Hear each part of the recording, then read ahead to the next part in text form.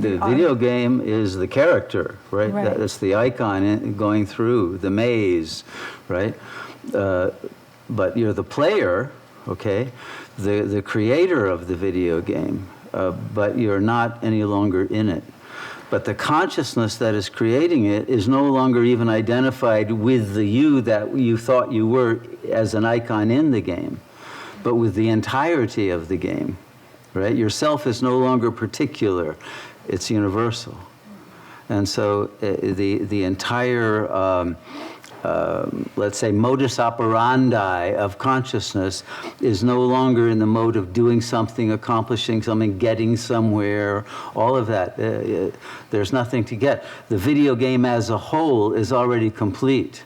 It's done, you know, because it doesn't happen in time. You're beyond the time.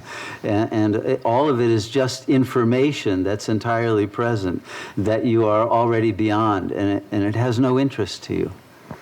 Well, and the thing then is that when, if not already, is mad and, you know, eccentric or weird and all these things, just strange, you become more and more that, I find. To people in the video game, yes, right. You'll be extremely strange. Right. You won't care, though. That's what an avaduta is.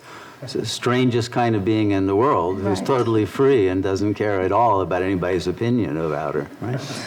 Okay, well, this is a safe place to be that, then. Oh, yeah.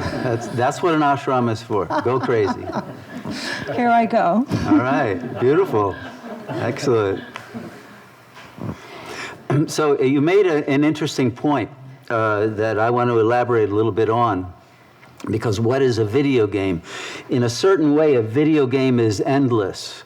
They're designed so that you'll keep playing it and you get to one level and another, you know, but there'll always be a point where, oh, game over, I got to play again or again. That's why we have more and more lives that we go through, life and death. But the game is endless, and the ego's mind is endless.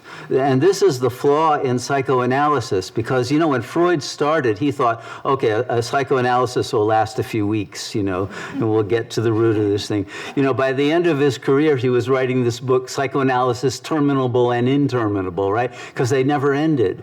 And what he realized is that the ego will keep coming up with more and more problems. And you solve one and it will have another, and then another. It doesn't end. It's a labyrinth of one problem after another. Because it has no actual self-nature, there's no core to it. There's no center to the labyrinth.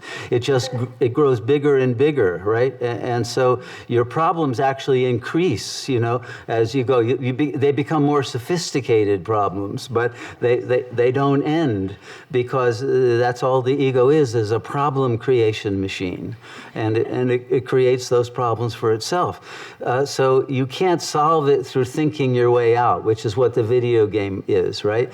You have to leave the game behind and not try to strategize to figure out, how do I gain success and victory? No, all of that, it has to be left behind.